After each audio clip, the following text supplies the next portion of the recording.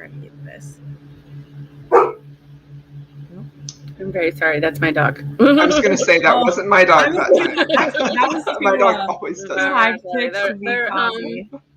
Papa's about to get home, so they might bark a little. I'm so sorry. It's okay. It's okay. Sometimes Crystal has to mute when her dog's too loud, so I just like vamp usually because it's just the two of us. Yeah. So her dog will bark, and I'll just be like, "Well, this is how I feel." It shouldn't they should be fine, but we'll see. Yeah. What kind of dogs do you have?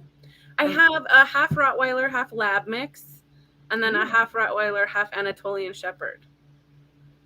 Oh, that's exciting. Cool. I love the color, apparently. It's just like the black and brown. Mm-hmm. So I didn't really do it on purpose. But here we are. Oh, my goodness. Wow. Well, I think it's probably working.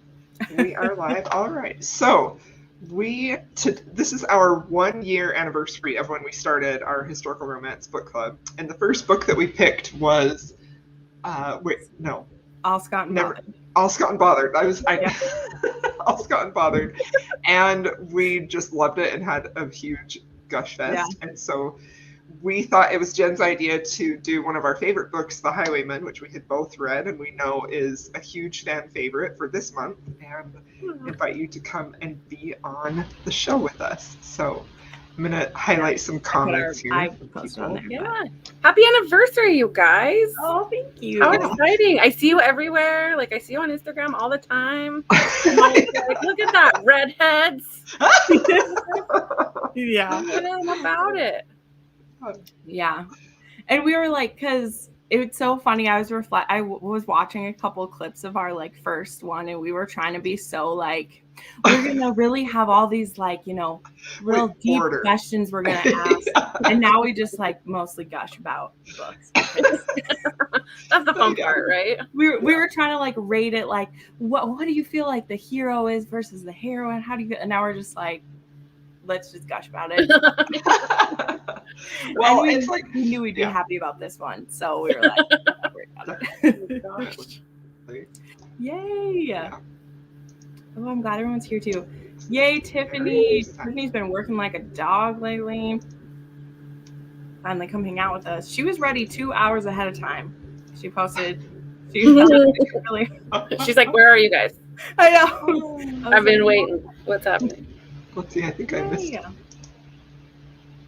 All right. Justin. Did you finish, Justin? He was messaging me earlier today, and he's like, "I'm over halfway done." And I was like, "Are you going to finish in time?" Because Justin, it was a reread for Justin too. Yeah. Hi, Justin. Ooh, Love Lather is here. She's the one who made those beautiful soaps. Yes. That are Victorian Rebels soap. Oh, I love those. Mm-hmm. I bought like a bunch of them. Good. Did you? Yeah, I saw it in her stories when she realized you bought them. She was so excited. Yeah, I was like, oh my gosh, I'm washing with all my books. I know. I know. It's literally like, I'm gonna have to take a bath while I do this. That's the thing too. Is I was like, the only problem with rereading this is that I immediately want to reread all of them, and like I can't right now. I have a TB. But I might. They're so long right now. Oh my god. Yeah. I might still need to read The Hunter because I forgot the little peeks at Christopher in this one, and I was like, I think I need to read Christopher. He has a special place in my dark little heart. I love Christopher. I do too. I love it so much. I just started watching like the remake. I was in a very Dexter-y place when I started reading. When I started writing Argent, I don't know if anyone could tell. And I just started reading like they like revamped. They're doing like a Dexter 10 years later. I saw that, season, and I just watched it last night, and I was like, oh, welcome back. I never watched the original, but I bet I would like it because I really like psychopath and like serial killer romances lately. And I know that's not a romance, but I feel like I'd love it. Are you guys, did you read You? Or are you watching You? I have read You and the second one, but I didn't read them ever, but I watched the show.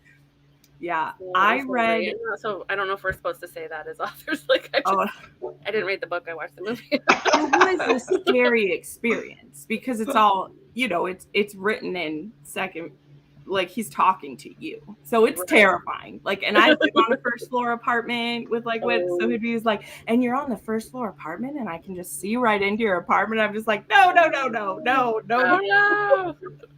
That's crazy. But anyway, well, so Crystal and I, we weren't quite sure how we'd structure this one because again, we mostly just want to gush. But I do have a couple questions I always ask whenever I like have an author in front of me now, just to kind of get us like, because then it usually goes down a different track where we start getting on about a bunch of stuff. But no, totally. And I am the queen of tangents, so like reel me in if I start being like. Well, that's why. Where did you go, Kerrigan? Get back here. Yeah. But I think too, we'll kind of tailor it around like the Highwaymen with how I ask the questions, but also I'm just excited to get to talk to you. I've seen a few of your other interviews you've done too, but it's the first time I've gotten to like talk to you. Yeah, I always kind of ask like when you like first started writing and then how you write now, like how you first got started and then like what your process is now for doing it, because obviously you grow a lot over time for how you do that. Do I though? I don't know. I keep thinking I should. That's the problem, is like I will never be able to teach a writing class or any kind of like structure. Like there's no structure in my writing at all. It's mostly just like tears and sadness and some words and then food and distraction. Like it's just so but I would say that one of the things that I love about my process is that when it comes to me, it comes so hard and fast, and it's usually like very cinematic. And I'm that way when I'm read too. I forget that I'm reading words and I just see it happening in my head kind of thing. Like I don't even remember that I'm reading a book. And so sometimes I do that when I'm writing, where I can't even worry about the words because I just need to I almost feel like I'm taking notes on a scene that I'm watching or that I'm a part of. And so I just kind of have to like get all the dialogue down, like get what everybody's feeling and thinking, and then I sort of organize it later. And I think that works really well for me, instead of being so chronological and so like every sentence has to be just right before I move on. So I have learned to edit a little bit because I used to edit as I go, and that was a lot slower.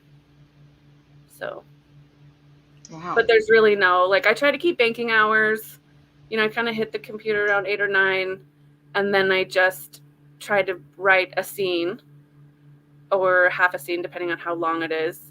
So I've also stopped holding myself to word count, which actually makes me write longer, which is fun thing that I learned. So I turned that off. I used to be like, I have to get this many words a day or I can't move my butt. And now it's, I have to get this part of the scene done.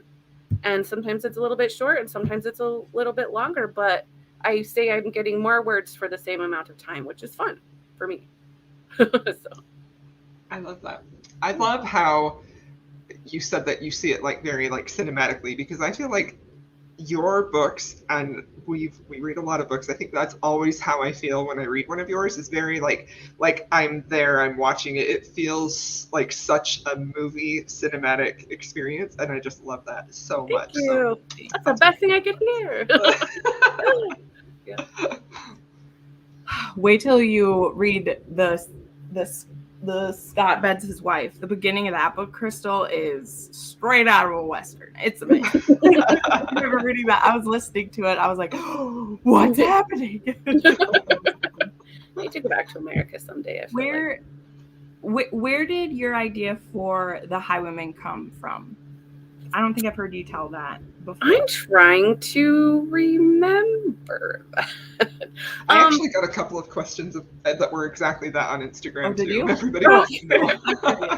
So I told the story a couple of times, so I'm sorry if this is redundant for anybody, but I was trying to write the Victorian Rebels as a pack of Victorian werewolves back in the, like, I come from a, like, I read and still kind of read a lot of paranormals, and I really enjoy them. And I wish there were more paranormal historicals, because I love that whole like gothic-y Dracula, Penny Dreadful feel. Like, I'm so about that. So I was writing Liam's story first, which is the Highlander, as a human, and then his brother Gavin was supposed to be a werewolf, and then there was like a whole London contingent of werewolves, and they were all supposed to like tie in. And Dorian was supposed to be like the king of the werewolves, right? Like the alpha. Oh and my so gosh. I was like, so I wrote half of the Highlander first and pitched it to my agent, and she was like, this was like, what, 10 years ago, I want to say it's 2013. And she was like, I can't sell a paranormal to save my life. Like, there's no way, this isn't going to go anywhere. Like, why don't you just write like regular historicals, romances? And I'm like, because I'm not as good as Lisa Kleypas or Sarah McLean. Like, those are who I read. Like, I just don't know. I don't know if I could do that. If people aren't like dying and teeth ripping other people, like, I don't know, you know what I mean? Like, I just don't know if I could write a story that they're so character driven. I don't know that if I could write a story that is strictly just historical. So she's like, well, I mean, they don't have to be lords and ladies. Like, maybe you could use the criminal element. And I was like, okay. Yeah. And then I kind of started to get a lot of intrigue from it. And then I don't know if you know Marcus Zuzak, but he's the writer of The Book Thief. Yeah. And he came to talk to my library, and I was really stuck, and I was really bummed, and I was kind of feeling disheartened about things. And I went to listen to what he said, and he said, if you're going to write any book, write the book that you would write even if you knew it wasn't going to get published. And I was like, okay, well, that would be werewolves. But also, I do want to get published. But the one that was speaking to me the most was Dorian's. And so he was going to be third or fourth. But I was realizing, like, he's got to be first. Like, he's got to be the one. Like, he's the guy who owns my heart right now. And, like, he's got to be the one. He's got to go first. And so I started there. He totally fits that. He's so growly and like so growly, bossy and everything. Well, I was having this conversation with just a different a follower of mine, and there are certain authors I feel like who can write a romance that feels like they're a fated mate without it actually being that. Mm-hmm. And that's something I definitely would say about the Highwaymen. That's how it felt. Well, and so the Hunter feels like that for me as well. You know, it has that look of like, see the person across the room and the thing. Yeah, I love and that. I feel like that works so well, you know, obviously with their history together too, of like they were kind of fated to each other or promised or whatever. Yeah. So I don't know. When you explained that you had like paranormal in mind, you know, whether consciously or unconsciously, I feel that they are fated mates to each other because it doesn't have to be magical to have that. Yeah, I do too. I think I was also watching The Saint. I don't know if you ever saw that with Val Kilmer back in the day. Yeah. And he's sort of an assassin-y guy. Well, kind of a thief assassin guy. Mm-hmm. And like he grew up in an orphanage with a girl that he liked. And I just remember that being so sweet. Like, you know, that just like the innocence of it. And like, you know, and I just remember being like, that's like my heart right now. Like what, you know, the movie's probably mediocre at best, but like, just that one part, I was like, oh, why isn't this the beginning of a romance novel? So like, yeah. So that was part of that too. So, and I got a lot of my stuff from TV. I realized, like, which I think is good because I try not to be derivative of other authors, but I'm definitely like probably derivative of other of movies that I watch. I watch way too many movies. I mean, it's all where we get our inspiration from. Yeah.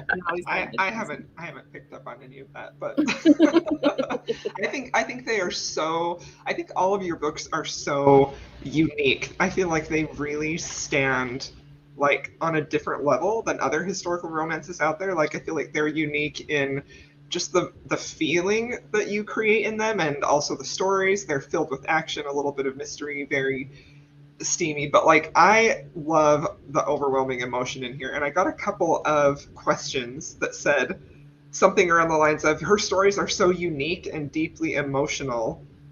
Where and how does she get her inspiration for that?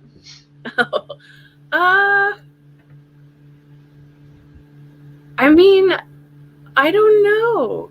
I work.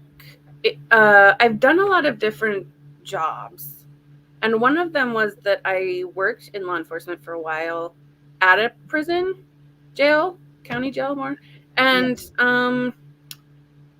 there's so much humanity that goes into that sort of thing. I think I saw a lot of people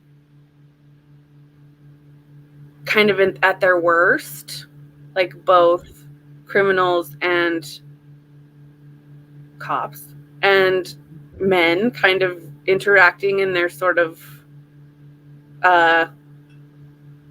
most crude ways, I guess. And like sometimes it was really tough for me as a civilian to sort of see how that goes down, you know, and listen to everybody's stories. I don't know. I think a lot of it came from that, just watching a lot of different men interact and at some of the worst moments of their lives. And I think that impressed a lot of things on me, you know. And I think, you know, other parts of it come from books that I read that have touched me, or my own romance.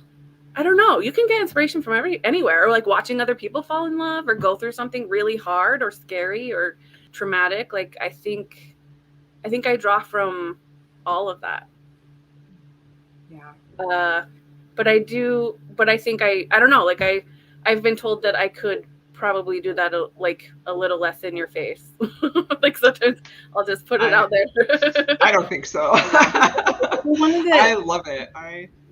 I love how it feels like it's very interesting to me that I didn't know that you worked in a prison or a jail or anything like that, because it really does add a level of realism to your stories. They feel very realistic, like in the dark moments, and I think that's a really cool way to use that part of your life that I'm sure was kind of dark and a little haunting, I would think.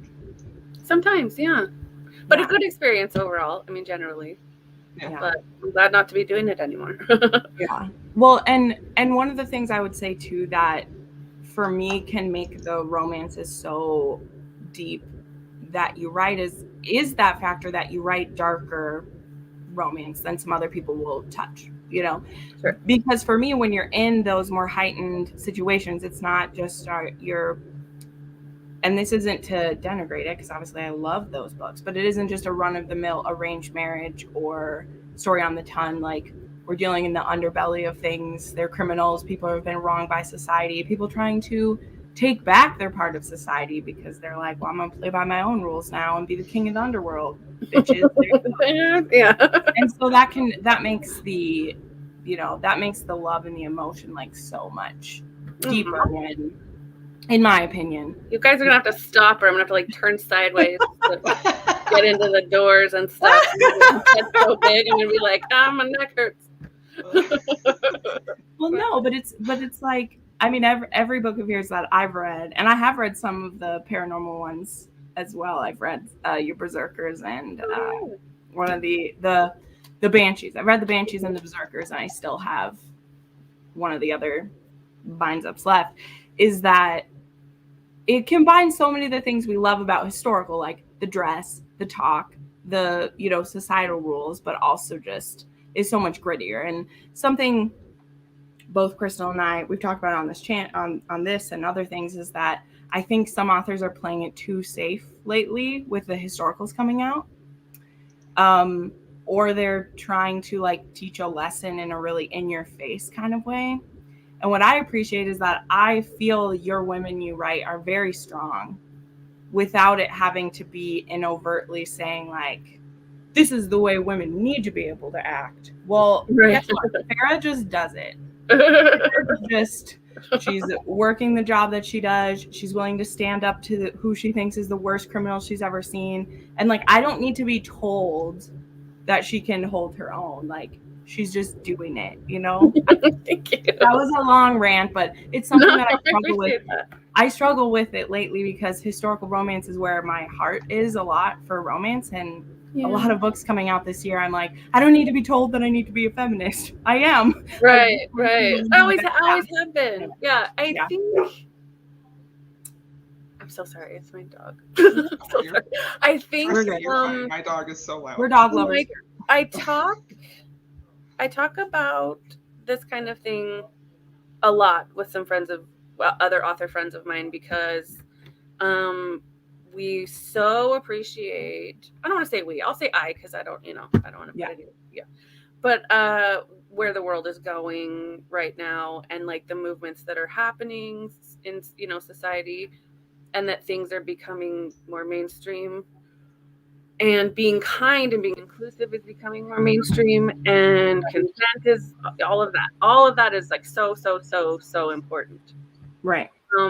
It makes it tricky sometimes to play with the same themes that we've always loved in historical romance.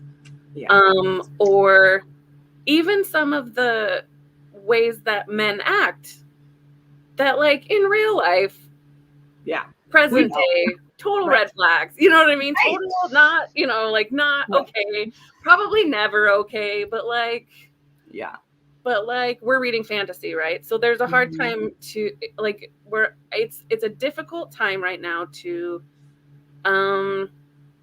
figure out where the pendulum's gonna stop swinging, where we need to make sure that we're on the right side of history while still kind of pandering to that part of us that still needs an alpha in our fantasy. You know what I mean? Like, still needs. That's a great way to put it. So like, it's tricky. It's really tricky. And I find myself writing oftentimes these days more from a place of fear of hurting anyone than a place of, like, I used to kind of be really excited to, like, oh, I'm going to push the envelope, and I'm going to, like, this is going to be uncomfortable, but it'll also be kind of hot. Like, and now I find myself going, like, what emails am I going to get about this? You know what I mean? Like, no, am I going to get away with this? You know what I mean? Or like, are they going to come for? Is like Twitter going to come for me? But like, at the same time, a story is a story, and people are always either going to love it or hate it, and the intent is never to hurt or harm anybody. Yeah, right. So I hope that matters. But I still would like Dorian to tie me to the bed, though. So I need you to still write that. I needed to pass along my dear friend Juliet Cross. She's at Shameless Con right now. She said to say she very much appreciates your sex scenes in this book, and she loves you. So I love her too. She's the best. She was also drinking at the airport when she said that. So I do that too. I love airports for that very reason, because it's like one of those places where it's like time doesn't matter. Like, time is not a thing in airports. So like, no matter where, it could be like 9 a.m. and I don't feel weird about being like, I need 3 whiskeys or else I'm not getting on this plane, and it's fine, because what is time in airports? Right. Well, I really appreciate hearing your perspective on that, though, because it is something we've, particularly in our book club, we've been lamenting a little bit, because we read arcs for these new books coming out. We want to support authors we love, and I've just really found it tough hearing the same. I don't want to use rhetoric, because that's not what I mean. Like, they are important things to be in books. I just also think that the people that are your audience for the books, and I don't just mean you, I mean historical romance, like the themes that keep getting hammered at us, like, we know, and we knew it 50 years ago. Like, we know, like, we're the people who know.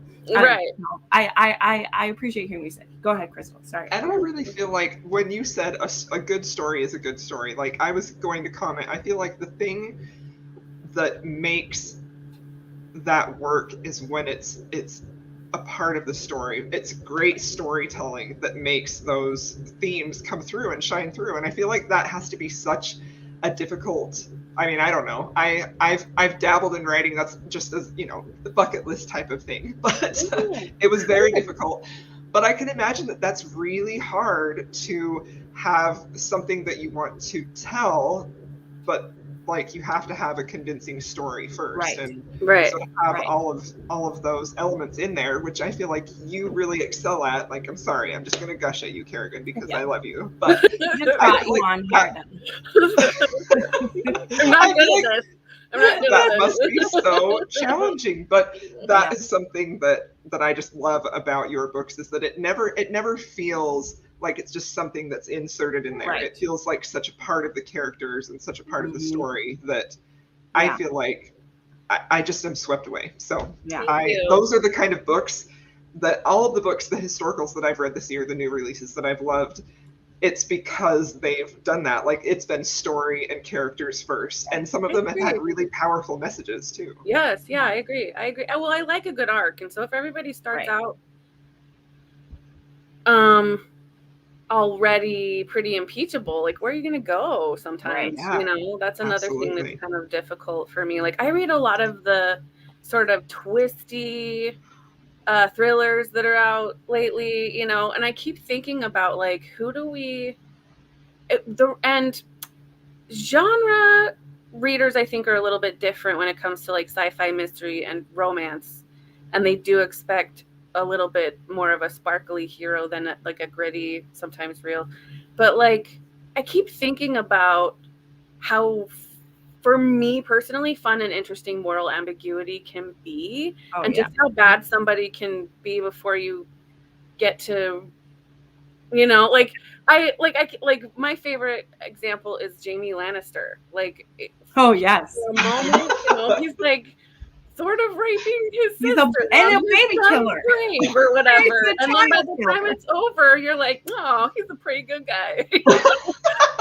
Like, you know what I mean? You're like, don't we all make mistakes? Like, he knighted Bran, like all this stuff, like, you know. And by the time I was done, like, I was Team J. I was totally like, I hope he gets his happily ever after. Like, I was there, and you know, and you think somebody like this guy, it's pretty irredeemable. Now, can you do stuff like that in romance? No, but it is fun. I mean, probably not. I don't know, but I'm not gonna try it. Let's say.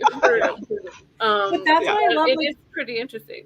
Your books are the perfect like meat for me, because it's funny because I have my like favorites of the year list that I'm putting together. I do a thing that when I order booktuber stuff, and literally my books are half historicals, half dark romance. And your books are like in the middle of the crosshairs, specifically the Victorian Rebels. You're like in the middle of the crosshairs of those for me. And I love that, because I want my ball gowns and my, you know, corsets and everything. And I also want to get tied to the bed. So but what I was going to say about that, about what Crystal said about there being a purpose, and to focus it on the Highwaymen just a little, because I know her and I, we want to just gush about how much we loved it, but we do have the people who are watching right now who we're ignoring because we're talking to you. No, I'm just kidding. We're not ignoring. Some of them forget, or I'll get nervous. No, some of them have read for the first time too. So we do, you know, still want to be that. But where was I going with this? Oh yes, what Crystal said about there being a purpose. Like, the reason Dorian is the way that he is now is set up through the trauma that he went through. It's not just like he woke up one day and decided to be the king of the underworld. Like, he literally went through so much trauma that the only way he could, you know, this is how he got revenge. This is how he became who he was going to be. So when we have these scenes between him and Farah, like, it's understandable why the ropes enter the equation, because he can't handle being touched because of what he's been through before. Like, that's a perfectly logical reasoning, as well as being a really hot sex scene. Like, it's so good. Okay, I want things to be good. I think that's what pulls me out of the book, a book, the most, is when somebody does something, and I'm like, nah, you wouldn't have done that. Right. Yeah. You know, why are you being a jerk? Yeah. You don't have a reason to. So, how did some of our I know Kerrigan's here, so don't say anything mean. Don't be a brat. You can be mean. But what are some people's like favorite scenes? Because we want to talk to her about all her books, but also you are here for book club for the Highwaymen. So what were some people's favorite parts of this? And then maybe Crystal, did you have some other questions too? I don't know. I do have a few other ones. Yeah. So we'll let the comments. There was a comment up here, actually, a question. Let's see. I saw that. Before I lose it, let's put this one up here. What is your favorite book you have written, and do you have a published book that you wish you could have gone back and made some changes? That is a great question. That's a really good question. I think if I ever read through any of my other books, which I really only do because I'm trying to write something in the future and I already forgot because I don't do a Bible like I should because I'm a mess. I always find stuff that I wish I could have changed or I could have done better. I would say my favorite book that I wrote, that I had the most fun writing, to be honest, is A Righteous Kill, which is like it's a contemporary. And I wouldn't say it's my best writing, but I just had a ton of fun writing it. And I think it's because I was so kind of used to writing in historical, which can be really laborious sometimes, and there's a lot of like so much research you have to do into etymology of things and all of that, and like this, and I enjoy that most of the time, but it is a lot of work. And this one, it was just fine. I'm like, I can just use slang terms and I don't have to explain anything to anyone. Like, this is so fun. And so I did have a really good time, and I had I really loved the hero of that story a lot, and the family, and I keep wanting to get back to it, and like I just am not, like, with how contracts and everything worked out, there was like a bunch of brothers that were all hot and a couple sisters that were all fun, and like I wanted to write that whole family, and I think about it all the time. So I would say that's one of my favorites that I've written. And if I would have gone back, if I could go back and change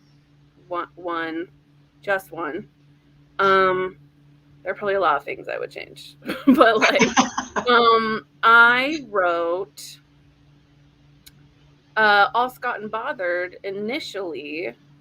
I thought was going to be a little bit hotter, or I wrote it a little bit hotter because it wasn't a gambling hell that she inherited. It was a brothel. That's right. It was. And so what my editor said was that Walmart refused to buy it if there were sex workers, like if that was the issue. So I needed to change it. Oh my God. Fuck Walmart. Come on. Come on. I'm not trying to pick a fight with Walmart. I love you guys. They won't see this. Family. Like, please buy my books. But also, it was just sort of like the people, who are going to buy it probably don't want to read. Like, it's nobody's fantasy to be a sex worker or to like run sex workers, is what I was told. So like, it needs to be something a little bit more mainstream so that it appeals to more mainstream readers. And I did that. I rewrote it because I was like, of course, I'm going to do what I need to do for the contract. But like, I feel like it did take something from that book.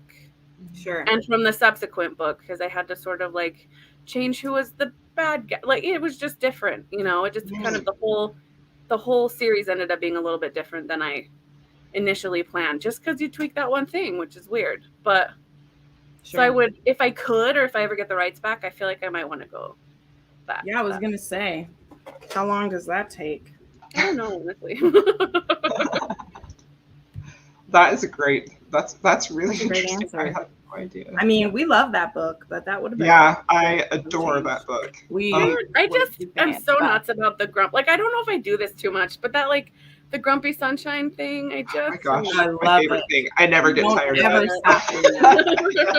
But then, like, you can switch it up sometimes. The heroine can be heavy. I do need to do that. I'm actually having my friend. I'm sorry, my computer's being weird. Make a couple of covers for me because I want to do some like retellings of fairy tales. Yes. And the Beauty and the Beast one, I do kind of want to gender bend a little bit. Yes, you would. Ooh, that would be amazing. Okay, so we do have a few favorite scenes. The glove. I love that. Love that so much. Let's see. The train scene. Yes, the level of tension. Oh my heck, that is absolutely true. The tension in that scene was fantastic. I gotta remember this because at some point in our live show we will talk about your email you got from that person. But I also want to remind you that I would like a romance for Murdock more fully fleshed out at some point, please. Thank you. Oh yeah. I was rereading it and I was like, that's right. Maybe they're like little side story how Murdock and this little guy fell in love. I know. I would love that. Anyway, on the reread, I was like, that's right, Murdock. Because I love that he's like her lady's maid. And he's like, she's like, I'm sure he doesn't want you to see me. And he's like, it doesn't do anything for me. He knows it's okay. Yeah. And Farrah's just like, okay. This scene, the wedding, when they're little, is probably one of my favorite scenes of all time. Like that's I just die over that scene. I love it so much. I mean, I'm a little bit partial to those kind of wedding vows. If you can't tell. So I like swoon every time. I was like, oh, they're so cute. Oh, and then he got taken to Fort William. I was like, oh no, that's a bad place. No. I have never, at the time especially, like I've never read Diana Gabaldon, and so like I didn't know that this was the same place. Right. And then I started watching the show. She doesn't have the stamp on Inverness or. I just didn't. Yeah, and like it was one of those things where like by the time I really heard about it, like book 3 or 4 was coming out, and I saw the size of them, and I was like, that I need to do that when I have the time to do that. Like those are big books, and I need to jump into them. Yeah. And then they just kept going, and I was like, oh no, they're getting bigger. Like I know, like there's so many, and I'm never gonna catch up. And so now it's more kind of like a like I feel shame. Like I can't. Yeah, it's a mountain. They're. Well, yeah, I thought it was really crazy. You know, I thought it was really crazy that there was kind of an intersection there between. Yeah, you know. I mean, I loved it because I've been reading these books for a long time, and maybe I should just be like, right. I could like literally picture the layout is the thing. I was like, oh, I know where Inverness, and I know where this is. You know, like I know where the stuff is. So I thought it was cool, but awesome. Yes, I totally cried. They're so cute. Precious babies, sweet babies. What's that scene? Okay, this is another one of my favorite scenes in the book, the bath scene. Especially, it alluded to that dominant story and had, especially when he leaned over the top. Yes, oh my gosh, that scene was amazing. Naughty in there. I love a good bath scene. This is one of the things. I said this in our like group where we talk. Is I was like, so I read this a while ago, and I've read all of these ones and all of the good girls. So Dorian and Farrah are like around all the time, and I've forgotten so much of their like origin in here because I mean he's still the underworld boss, but he's also the like family guy. Yeah, totally. He's always like rescuing people and sweeping in to save everyone, and to see him being all like, you're forgetting to wash something. And I'm not going to be talking. She's like, I'm all clean.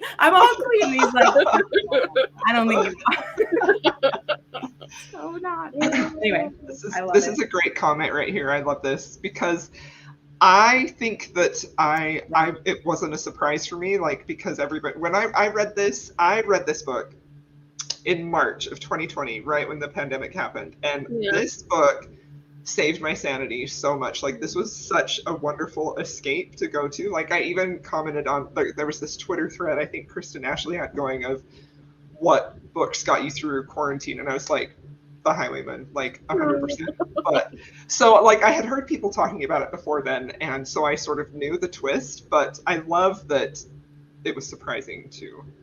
Yeah. I'd actually seen a podcast about the last book. Oh yeah. Before, I mean, I didn't know that it was the last one, so I read that one, which no spoilers for other people, but you find out some things. So that I was reading it, I was like, wait, this guy's name is Dorian? I'm confused. Like, when I went back to the beginning. It was confusing. Like when I was writing that proposal, like or saying it out loud, like this guy was this guy, but then he forgot he was this guy, but he was actually that guy, and then he forgot that he actually switched identities with this other guy, like, you know, and then I'm like, but it'll totally make sense, I swear. And then, you know, like, yeah. I actually have a question that just popped in my head too. Speaking of like the series as a whole, I really, and especially hearing too that you have, as you said, like worked in a prison before. I really enjoyed that you made Carlton a stand-up guy. I didn't know he was going to get a book either when I was reading it. And there was definitely a point in the book where he could really be someone who's fucking things up for them. Let's just say that. Yeah. And I just really appreciate him that I don't know. I just really like how you humanized him and that he was such a thank you. Nice. Yeah, I didn't mean to write him as like a bad guy really, or even an antagonist. But I meant to write him as like the not Dorian. Like he's the safe choice. Like he definitely is. You know, like he's the guy that like your parents would want you to pick. Right. You know? And then there's the guy that's like your fated mate kind of thing, you know? Yeah. And it was like I just started getting. Then he sort of started recurring, which was I was like, okay, well, yeah, now he's just. I promise everybody, he can get down. Okay, he can get down. Like I kept getting emails like, when is Carlton gonna get a story? I'm like, I don't know, wasn't he just like the boring, like good guy, like the goody guy? Like who wants to be that guy? And then all of a sudden I'm like, but what if? You know? And then I had that scene that popped up in my head about like the fountain, and I was like, oh, that has to be Morley. Like it has to be somebody who wouldn't do that, you know? So yeah. I got excited about it. Well, not the same look at all, but I used to be a huge fan of this show like Murdock Mysteries. I don't know if anyone's seen that, but that's about a Canadian show. It is. I love his face. Mm-hmm. He's a Catholic detective, and he's in love with the coroner, who's a woman. Like it's a very like star-crossed lover type thing, but he's that cop who is just trying to do it straight. Well, there's a lot of other people who are corrupt around him. He's the one that like can't be paid off and stuff like that. So I really like that. There's something about that guy too, you know? I mean, because there's definitely a lot of guys who are that guy who can't be bought off, who aren't. But you know, in life, we tend to focus on the people who aren't, especially if we love the criminals. We say all the cops are bad. Yeah. They're not. Yes. Okay, yeah. So I have another question. This one says, what do you enjoy most about writing in the Victorian era? And have you or are you interested in writing in other time periods in historical romance? I think I was drawn to Victorian first because like I love the parallels between their society and kind of our society, and that they were going through this like industrial revolution. Things were changing really fast. Technology was changing really fast. And as much as I like to read Regency, I really love to play with more machines and trains, and for them to be able to travel faster. I like the fashion better. Generally, I mean, this is just me personally. Like, I love a good Regency Empire waist. I mean, I can't wear them because they make me look pregnant, but like, you know, they make everybody look pregnant, basically. But like, I do love, you know, I do love Jane Austen era, but there's just something sort of gritty and sassy about Victorians that I really like. And they had, you know, the economy was super booming. There was tons of money, tons of immigration, like so much art and travel. And like you could get across, instead of having to sail a ship, you could steam a ship across the Atlantic in 6 days instead of 6 weeks kind of thing. So it was just really exciting time. And like, even in the background, like the not plans, but like the things were happening that led to World War I. Like it just, all the politics are really interesting to me. The world is so much more. Yeah. And so I feel like we're kind of going through a lot of very parallel things in our like digital revolutions, and our climate and all of that. Like I think there's just a lot that I can pull from that's still relevant, that people are still people. But and that's like all of the time. I want to write in all sorts of different time periods. Like I am kind of obsessed with like the Roman period, like right kind of at the height. Like I really wanted to write about some gladiators. Oh yeah, like, really bad. Like I have one kind of half written. That one I heard about. I heard yeah. you And mention so that. that's like right there in the back of my mind, and it's very kind of like a barbarian Celtic princess gets taken as slave, given to gladiator, like like very. I mean, like, give us the Heart of Blood and Ashes from Kerrigan's Brain. That vibe. Like, not that either. I need to read more of these, but I think it's just. I think a lot of times, like, I have these ideas, and then I'm told, like, don't do that. It's not going to sell. And then I see someone do it, and I'm like, no. Well, there it was. I mean, because there can only be one. It's not like there's a billion Regency and Victoria. Oh, I know. Well, one of the first books that I pitched to my agent was I would like to do like a fae, like a gritty fae fairy tale retelling of like Cinderella, Snow White, and everything, and like put in like vampires and fairy, like all this crazy shit. And she's like, no. And all the editors she kind of talked about it were like, no. And then I see like a lot of the YA books and stuff that are coming out, and I was like, no. Wow. Yeah. Okay. This is why you ask forgiveness, not permission. I know. I should write your fucking book. I should. That's and then if anything, we're gonna buy it anyway. Just upload it. I'm pretty sure you're an auto-buy author for everybody here. You are. Yeah. I mean, the 50 of us will pay your bills. Yeah. Thank you. Thank you so much. But so this is more of like a businessy question, but what is kind of like the publication schedule for you? Like, I mean, I see some of yours be indie published and some, is it indie published still with like where you still have a contract with them, or like, what's that look like for you? Like, what's happening? Yeah. So I don't know where I really, if I had my way, I could slow down writing a lot and really dig into more books like the Highwaymen that are long, 400 pages, Right.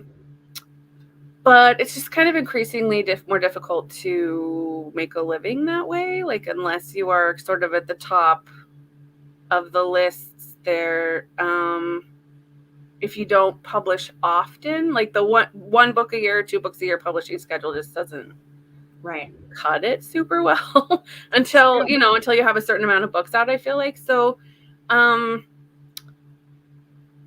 wanted to make sure that I could write some of the stories in the way that I wanted to write them, or some of the heroes and heroines in the way I wanted to write them, and those I definitely do indie, and I want to kind of give some other of my secondary characters that I didn't get to write happily ever after, like some of the characters from the Scott Bedds' wife and Duke with the Dragon Tattoo. Like, I'm definitely working on that, and that's going to be totally indie, because I set it up for 3 books because I thought it was going to be a 9-book series, and then Macmillan was like, well, let's just do 6 and then start something else. Oh, and so I was like, okay, and that's when I sold the Red Rogues to them. Okay. And then I sold at the beginning of 2020, about in March and April, I sold another 4-book romance series to them, and I kind of sold like a Cinderfella, like a Beauty and the Beast with the gender bend and that kind of thing, and it was darker, even like there was a cursed title, and there was like some murder. Okay. Like and it was on page, and I started feeling that get cut out from under me, where they're like, well, he can't be doing this because he can't be like, this takes away his power maybe as a man if he like sells himself, because I was gonna have him be like trying to make a living, so he was like a kind of a man whore, Oh, yeah. And I was like, I like this, Yeah. and they're like, no one's gonna Derek Craven, come on. I know. You like, come on. But none of it was supposed to be on screen. You know what I mean? Like it was.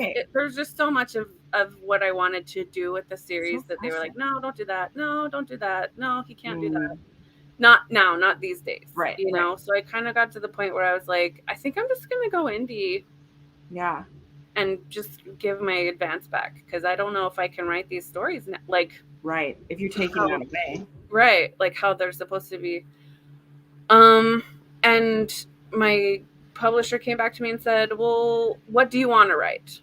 If, if you don't want to write romance, what do you want to write? And I'm like, thrillers. Like I want to, like I do want blood on the page. Like I do want to. Right. So when it comes to my schedule, with New York, I'm not going to be writing at the moment romance for New York anymore. I'm going to be writing thrillers, like modern day. Yeah, under my name there is going to be Arden Harper. Okay. And so that's gonna be fun.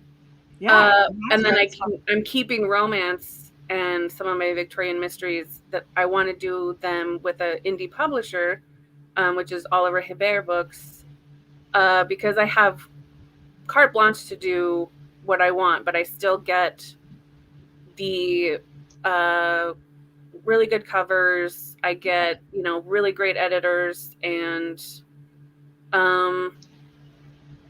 I can still take it where I feel like the story needs to go. And so I'm hoping that makes the writing better, because I'm not having to put something that's this big into a box that's this big to make sure I don't upset anybody, but I also don't want to upset anybody. So but I can make those decisions, I guess, Yeah. That's it's just so interesting to me because how to Love a Duke in 10 Days, like that literally begins with a horrifying assault at the beginning, to our heroine, but like the hero's not allowed to be a sex worker for a book for them. Like it's so, I don't know. That's like weird to me how. I know. I mean, I know you agree, but I'm just venting about it because I'm like, those are trauma, and they're powerful and beautiful, but I mean, it starts with that happening to our heroine, and it's horrible. But the hero can't have been like a working guy to get what he has. Like I'm just kind of like, what does that mean? Yeah, there's a very traditional look at, if we're falling in love with a fantasy, this is how I've had it explained to me, that if we're falling in love with a fantasy man, he can't have ever really had his masculinity taken from him, kind of thing. Or like when we are falling in love with him, he needs to be in his power. And I'm like, I don't know if I necessarily, like, I get that. Yeah. I get that, but I don't know if I agree with that in all cases. Specifically, people are, well, that's so interesting. I don't know. I mean, also hearing that from you, maybe that makes sense why I, as a reader, I'm feeling like certain things have been watered down. If like you're hearing that, other authors are probably hearing that, and maybe that's why we're getting these certain books that are coming out now. Maybe, maybe. I don't know. And I think a lot of authors too. Like I feel like when I wrote The Red Rogues, I was kind of out there to be like, yeah, maybe this is my feminist manifesto. Like maybe this is, I'm writing about women who like, they would have been fine had they not fallen in love. They had each other. They had jobs, money, like shit to do, like their men were sort of what happened to them after they made their best laid plans, and they would have had a great full whole life without them, kind of thing. Right. Mm-hmm. And it was important to me, especially with like How to Love a Duke in 10 Days, that I showed that women could try to have their power taken from them and still, or go through trauma or whatever, and still like have a full, rich, happy life, even if they have this sort of like traumatic thing happen to them. It doesn't really have to define who they are, you know, or what they can accomplish. And so like there was stuff about that I was like, yeah, totally, like maybe it's time, you know, this is like kind of post Me Too, and it's time to maybe show that. So I feel like I jumped on that boat a little bit, but I wanted to do it in a way that was like very real. Not that those others aren't real, but like still kind of worked within the framework of the time. Yeah. Too. Yeah. And not just our time. Because expectations were a little bit different still. And, you know, I don't know. Yeah. I'm not coming for everybody, like anybody. Like I think, you know, what's happening in fiction is that, you know, a good thing, especially if impressionable girls are reading them, you know, reading romance novels. You don't want to be like, here are all the red flags to fall in love with. But I like to hope that people, women especially, are a little bit more canny than we give them credit for sometimes, that they understand the difference between fantasy and reality. So, but that's kind of the point, to get to, you can live out your fantasy through somebody else in a romance. Like, yeah. I mean, I love reading the bad boys and the alphas, but in real life, he'd be the one that got cut if he was like that. But you know, anyway. Okay. So I got a question a couple of times that said, when is the new historical romance series coming? The new historical romance series. It's going to be the beginning of 2023. Okay. So 2022 is going to be, I'm going to be writing 2 thrillers, and it's a lot. So right now I'm actually like, I'm kind of in deadline hell because I'm finishing up the Fiona Mahoney second book, which is, it's a mystery, but like it's definitely turning into a lot more of a like a romantic mystery. Like it kind of has that, I keep kind of pointing at Suki Stackhouse because it's like, it's not paranormal at all, but there's definitely like, the romantic relationships have way more to do with anything, you know, than the mystery does. And it's kind of sexy, and that's also on the page. So I am finishing up that. And then I'm writing Crying Wolf, which I think will be the last like kind of fullish length Good Girls. Yeah. And then to keep my romance stuff sort of going, I'm doing several shorter novels. Like they're not novellas because they're longer than novellas, but they're not novel length books.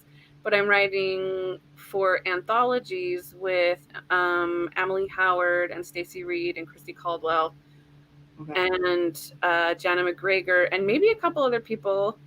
Some books that secondary characters just like needed to have. So I'll be writing Sebastian and Veronica's story from Duke with the Dragon Tattoo, and Allison and Callum's story from Scott Bed's wife, and then I'll have the last 2 kind of Good Girls stories. One will be a guy, and one will be a female story, one will be a male story. So that will be coming out in 2022.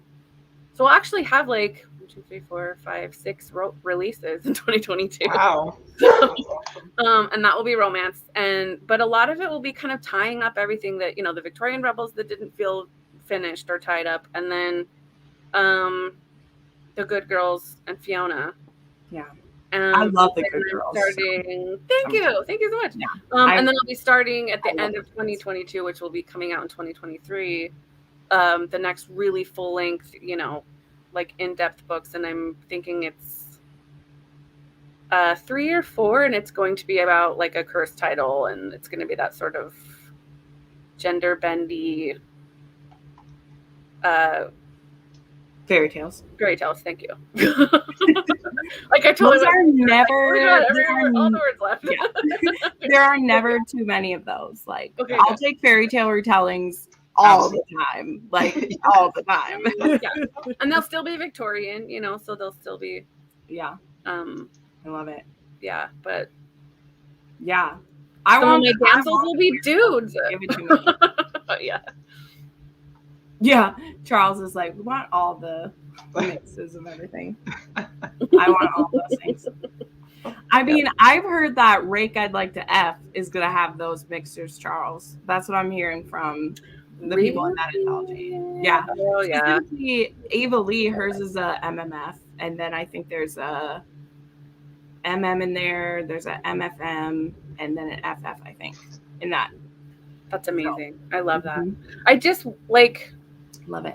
I am excited for that kind of dynamic to be a little bit more mainstream, you know? I feel like J.R. Ward sort of dabbled with it when she was doing earlier on in the Black Dagger Brotherhood and stuff. Almost like emotionally, sometimes physically, but there were a lot of really strong male bonds and even kind of sexual. And I don't know, there's a part of me that wants to that wants to drag that into the mainstream, but I don't know if I'm the person to do that right now. Yeah. I love digging through Amazon and finding the historical queer stuff in there because it is in there. Yeah. Some of it's not the greatest. Some of it's fantastic. But just like with anything, that's like with anything. But I found some really fun ones, and they're usually kinky too, and it's just that's not bad. Yeah. That's just all good stuff. Yeah. I mean, getting it more mainstream is great too, but also to remind people maybe there are some authors who are writing it, we haven't heard of them because they're not, and they, they may be own voices who just aren't being heard. And I mean, I definitely want authors I love to do it, but could discover the next person in the backlist that we don't know. Yeah, that would be great. Yes. Yeah, it's good stuff. Or people's secret pen names that we don't know about. That are out there. Yep. Yeah. Well, that's exciting. You've got a lot of projects coming then that you're working on, and this 2022 sounds like it's going to be a huge year. It's going to be really. I'm already tired. I'm already tired just listening to you talking about it. But I'm hoping it lays a foundation that I can, kind of slow down and really settle into my next big romance series too, because my fantasy is that I write 2 books a year, and one of them's crazy thriller and one of them's huge sweeping epic. I would like to write another Highwayman. That one took me a whole year to write, and I did it because I was in love with it and there was no financial pressure on it, and I think it's one of my better books and one of my more popular books because of that. No fear, no expectations, no nothing, but just love for these 2 people that I put together. Mm-hmm. And I want to be able to do that. Yeah. Again, with the next big series, Well, and it doesn't, I mean, obviously it has tropes we've read before because every book does, but it also doesn't do them the way that other authors do. And I feel part of that is when you're able to take your time and do it the way you want to. I didn't worry about any of that. I didn't know, I wasn't even sure what tropes were. When I was writing, I was very much just I'm writing this story that I like. I just was totally just going for it. I didn't worry about the rules at all. And so I do want to get that back, which I think this indie is definitely helping me do that. Yeah. It's awesome. Yeah.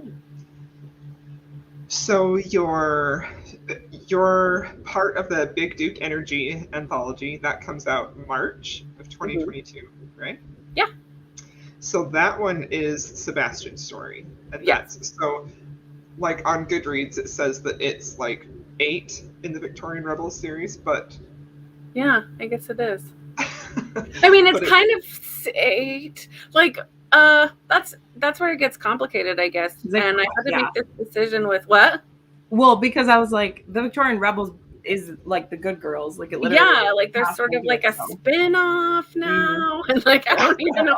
So and I technically do. I have all those. I do those Dorians in a lot of those, and Argents in a couple of them. They're so pretty. Fix it. They are. Sorry, I'm just like staring at them now. But yeah, so I would say Carlton's story is 7 and Sebastian's 8. Yes. Okay. That's where it's gonna go. So. Like, I wasn't sure if that was I like. did that to myself. I know.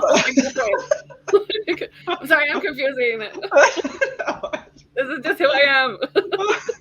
Maybe we just don't number them, and we just say it's in the universe. It's in the Victorian universe. Yeah, I like that a lot, actually. Because I think they all are, right? Like pretty much, yeah. Does the rogues, like, there's a mention of them, isn't there? Or am I wrong? Yeah, like technically it's about 7 or so years later. Yeah. For them, but like pretty much, yeah. Like they're kind of like, oh yeah, I heard of this guy. Like it's definitely in the universe. Yeah. Like my Victorian London's kind of just that, and I just don't know if I can write anything different because that's where it is. Mean, it's a time period. It's not like it's Narnia. Like it's a time period. Exactly. So if it takes place, like we can hear about the Dark Lord of oh my gosh. Okay. Swinging back to the Highwayman. I'm sorry, because I wanted to say what my favorite part was. We were talking about other things. Okay. And my favorite part, okay, is when Faye like covers his eye and is like, "You can't see me, Daddy." I burst into tears. and then Christopher's like, "Where is she? I can't see her." And Dorian's like, "Why is this guy so nice to my kid?" It's like weird. It's like weird. Sorry, I have a thing for Christopher. Where did Christopher come from? I want to know. We have a lot of Christopher stands in the. Like, I was in a very dextery place. Like I read. Okay, let's see. I can't remember what it's called, but it was a Linda Howard book about an assassin. Okay. And like a kept woman of a gangster. And I was like, well, that's fun. I loved it. I can't remember. I will find it. That's gonna bug me. Yeah, I'll find it too. And she's on my list. I was very into that. Mm-hmm. And then I was watching Dexter, and I was super into that because I was very much like, I like the idea of like a traumatized sociopath. And I was also watching Sherlock, which I love. He was like, I'm a high functioning sociopath. And I was like, and he's so hot too. And I liked the idea of somebody who didn't have a moral code so much, and then like had to find one, sort of. And one rule. No code, but one rule. Exactly.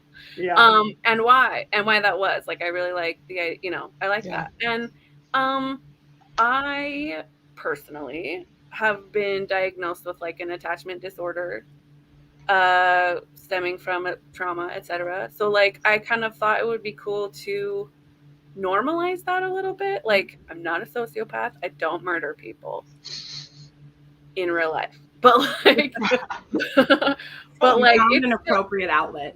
Yeah, exactly. But like I did sometimes really identify with his sort of how he doesn't understand how other people are sometimes, so or why they do what they do, or why emotion drives them to do silly things, or what he thinks are silly things, so I love broken boys like that. Okay, don't hate me. I'm gonna make a lot of. I have to plug this in that I thought it was plugged in. Oh, you're okay. Yeah, you're totally fine. I'm gonna put this question up here because this is from Justin, who is actually a pretty amazing graphic designer. So I love this question that he has. Favorite cover for your books? Any fun behind the scenes stories on the design process? I have kind of a cover problem. Like I buy a lot of them. Like I've spent more money than I should because I love covers. Like I do. Yeah. I think my favorite cover is the one for the Business of Blood. I love that one too. I like how I love the city. Mm-hmm. I love kind of how vivid her hair is against just kind of the detailed gray backdrop. But most of the time I really am drawn to intense jewel tone colors. Like I like things that really pop. I'm not friends with pastels. I don't have anything against them. Yeah. I just don't go Very bold. Yeah, I like, Yeah, so I think, Very bold. I think, and my favorite, like I love big peacock colors, greens and purples and blues and, or like wine reds or gold. So I tend to just gravitate toward that kind of thing. But I have a hard time picking a favorite, like a favorite cover. I really do. I really love Business of Blood's cover. And then I would say maybe Crying Wolf, that one that's coming out. Like that's one of my favorite blues. Yeah. Like I think that's a really lovely. That's a really pretty one. Yeah. So I mean, All Scott and Bothered is so beautiful. It is, yeah. I think The Hunter is one of my favorite covers that you've done. That's my second favorite. I like that one too. And I didn't pick any of those ones. I was just like, whatever John Paul does, I'll just have it on my, like, I don't know. Like, it's so good. Like, whatever you put on. I would do the same, yeah. But I love the All Scott and Bothered cover, partially because I was hoping, she's a plus size heroine, and I wanted her to be bigger than was on the cover. Which is fine, but I loved what it ended up being. And I love when they're lying down and he like has his hand on her stomach a little bit, because like it has that energy, like I'm gonna put a baby in you. You know what I mean? That was I love that. I thought that was like, okay, I'm down. Like I sign on for this. Like that kind of, oh my god, okay, that kind of show who's so like he's righteous, the good kind. He's righteous, and he thinks he's doing just the best thing and all buttoned up, and then he sees her and just loses his fucking mind. In like a 3-minute interaction, and I was like, oh, it's so good. I'm here for it. So it is so good. Andy wears a kilt sometimes, so I'm all about it. We need more of that. Oh my god, more kilts are wonderful. I mean, Dorian wears his kilt because he has a scene where he's happy his sporin is covering his boner. It's great. He's like, that's why they did it. That's what sporin's for. The man covering your boner. Right.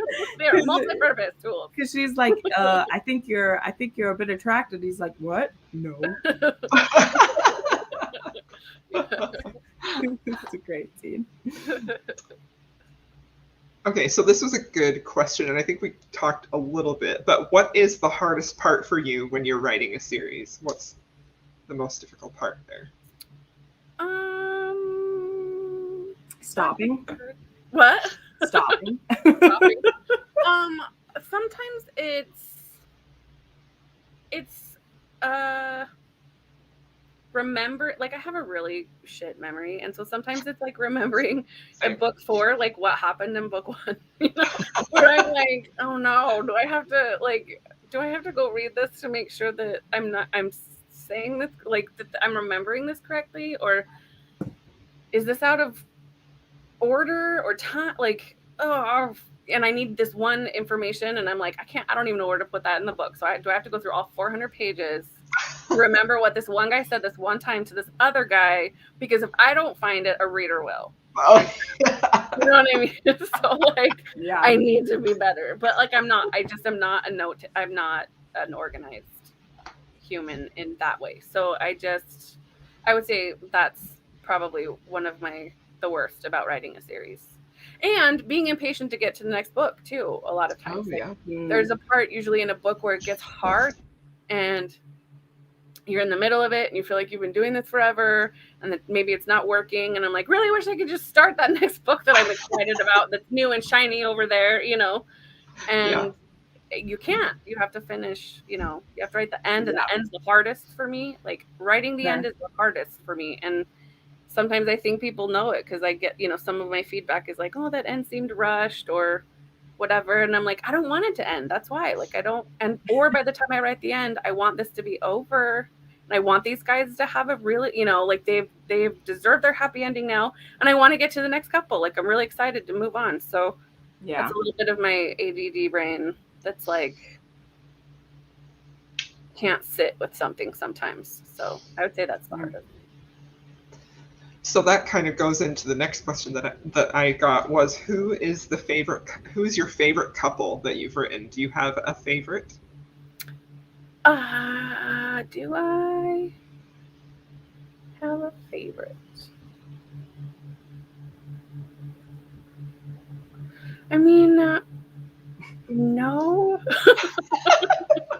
That's okay. I don't like. I really had fun with Imogen and Colin, and I would say that's probably my like most people's least favorite book. But like, I really liked those two.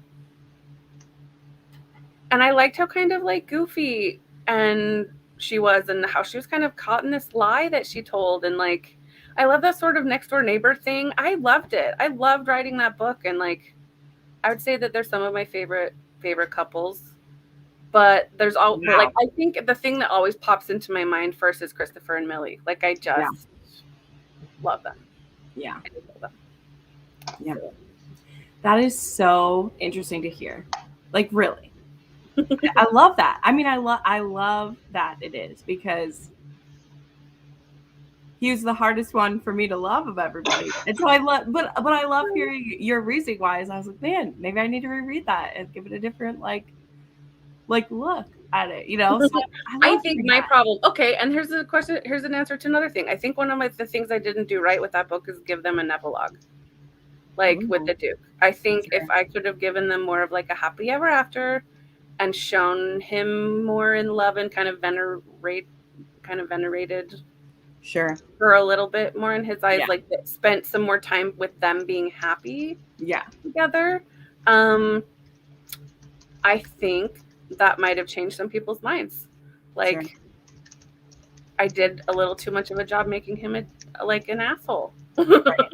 No, I didn't pull it back enough, because I get that. I get that a lot, where they're kind of like, ugh, that guy who was like, you didn't redeem him enough for me. Sure. And I was like, that's a bummer, because I really liked him, and in his mind, which is my mind, right?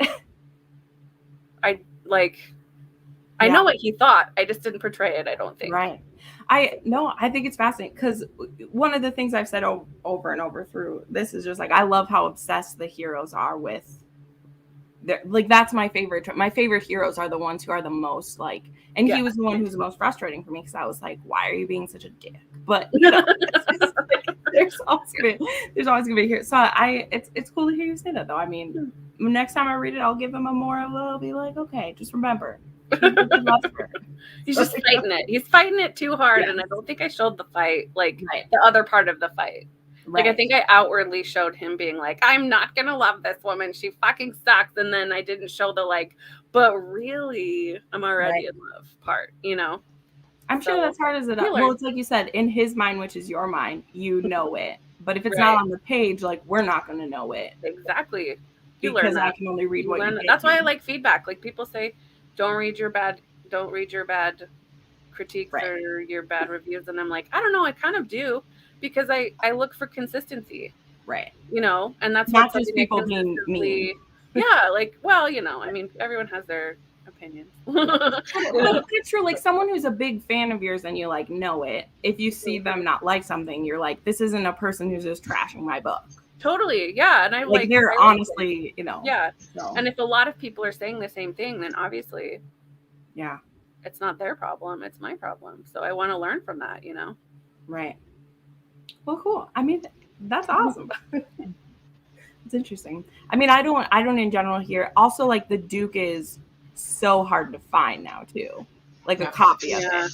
I got so lucky with all my copies of your books. Is I like got them right when everyone was like when they were getting a new wave during COVID or whatever, and everyone I like got them. So lucky I got them off of like right before they all got snapped up, and I got a copy of A Dark and Stormy Night right before they changed it, so I don't have to pay as much as some people did when it switched to Seducing a Stranger. Yeah, that is like, good luck finding that now, you know. Yeah, so. Well, and that's something. I mean, to go back to the cover thing too, is like, as an indie author, we rely a lot on like paying for our own ads. Mm-hmm. And for placement on Amazon, like we pay in order to be visible, like sometimes a lot of money. And it seems to, well, Amazon will not take certain ads if there's a certain amount of skin showing on the book cover. So that's the only reason I had to change A Dark and Stormy Night, is because I kept getting turned down for ads because she's bearing too much skin. He has the bare chest and they're in a clinch. That's just too much for them. Whoa. So they were like, no, with that cover, and BookBub wouldn't take it. Like, so I could never put it on sale through BookBub. Like, they were just like, the cover's too sexy. We can't. And I was That's like, why we like it. That is it because it's historical though? Because I got plenty of indie contemporaries that they are bare chested. But like, I know. It's the clinch, I think, is what my editors are starting to feel, because when have they seen a Joanna Lindsay? I'm just asking. I know. Well, I know, but that's the thing is like, I mean, they're not on sale anymore, but but that's New York. Like, New York doesn't need to ask Amazon for ad space. You know what I mean? Like, they don't. Like a big 5 New York publisher uses different marketing engines than indie publishers, where we really rely on Amazon for our income, and so we kind of have to like capitulate sometimes to whatever rules they decide. That's why they need to bring the step back, because the cover can be this and this can be back here. Like, why did you take? I wonder if that's kind of why that was a thing to begin with, because grocery stores and Walmart and that kind of thing were like, we don't want so much clinch, and so they showed like the kind of like covers or in the 70s and 80s, and early 90s, like when they had like the even just like a glove or a pearl necklace or something on the front of a huge Irish Johansson cover, and then the step back was the clinch. And so I think some people are kind of going back to that. But in order to get any ad space or anything, it's just basically like one person on the cover at a time. They cannot be in a passionate embrace, or else really sad. Or if they are, then we're not going to buy them. Like, we're not going to give you ad space. And so, I mean, I'm kind of a hooer for money, so I'm going to do what they tell me. But I mean, call me a sellout. I definitely am. But like, you know, I'm going to do what I have to do. Well, maybe someday you'll be able to do like special edition stuff. You know, like there's some, like, I don't know if you see like Anna Huang. I don't know if you've heard of her. She literally has like discrete special edition covers, which just have a design. And then she has men on the cover of another. So it's like, she has 2 different versions that she offers on, like, you can buy either copy on Amazon. There's a discreet one that I bet she can do better ads with. Maybe that's why she does it. I have that makes sense. I should ask her. But anyway, I think I will. Wow, that's fascinating. I wonder if that's why a part of the reason too why cartoon and animated covers have been so big, because that's a constant frustration for me. I'm not gonna lie, I don't like those. But I wonder if that's a reason too, where it's like we're starting to see those. I think so, and I think actually like part of it is it worked for somebody, and so a lot of times when something works for somebody, like everybody, all the other marketing teams want to do it. So like the recover of the Bridgertons. What? The recover of the Bridgertons.